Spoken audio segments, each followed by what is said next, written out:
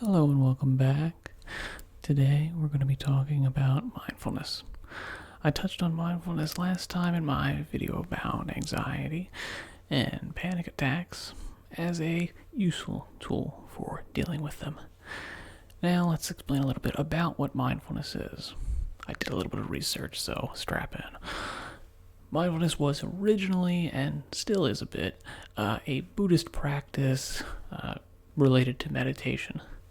Essentially, it's about understanding and passively, non-judgmentally accepting the things that are going through your mind as well as physical sensations.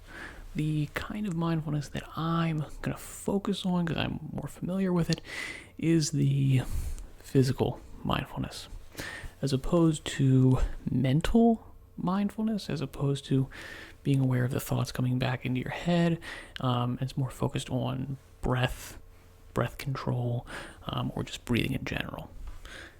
The breath control is totally fine, but it does have to deal with a little bit more of a meditational space, and generally speaking is more geared towards a specific time you're carving out for it, as opposed to physical mindfulness, which can be practiced, whenever.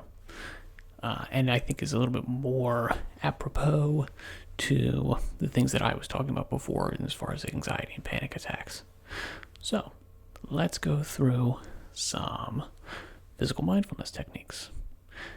The easiest one to think of is physical sensations.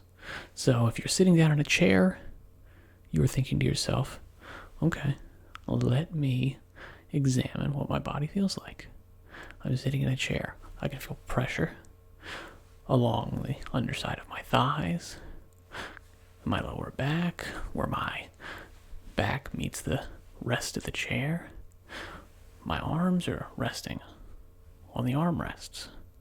There's a small pressure there. My feet are flat on the ground, or maybe they're not. And you're basically just doing a mental inventory of these types of things.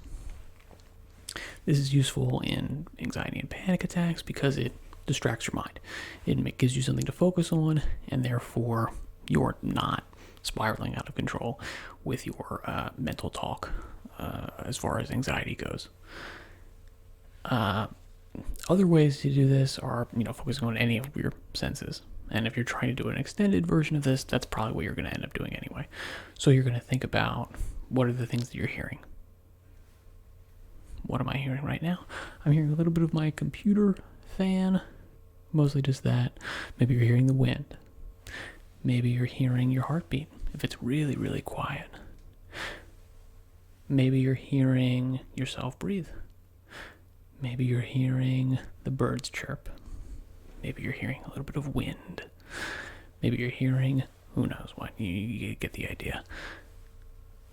Other things that people are generally going into are actually more strange as far as like taste.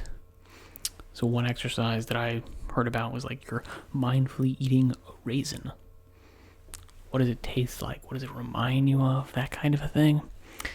Seems a little bit odd to me, but I suppose that's probably how like sommeliers and these types of people are, eating food and really dissecting each little thing that's coming into their mind.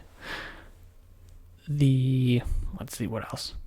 Eyesight seems obvious, and that's probably why it's usually not useful, not used. Because like right now, what I'm looking at you, looking at a camera, and behind that camera is a wall. That wall is blue. This camera is black. This one's you get how easy it is to get kind of distracted with these types of things. So usually you end up coming back to physical sensations, such as like right now, I'm kind of squatting a little bit, so I'm feeling a burning sensation in my calves. I'm gonna start to feel it in my thighs a little bit, and I'm moving around. Pressure on my toes, pressure on the balls of my feet. You can do this too. But basically, this is going to be a short, ridiculous video. Because essentially, I think I'm running out of stuff for this whole Therapy Thursday idea. If I'm going to be totally honest. And that means that while I would like to continue it, I'm pretty much just going to be like pulling stuff out from old psychology textbooks. And I don't know, maybe some people will be into that. I got into this because I thought I was going to have more personal stuff to get into. And apparently that's just not how therapy works, because you need somebody on the other end to react to stuff. So my two ideas, if I continue this theme, are going to be just a straight up guided meditation type thing, which is probably what I'm leaning towards, or just scrap the whole idea entirely. Do please give me your feedback on that, and yeah, we'll just say goodbye. Thank you.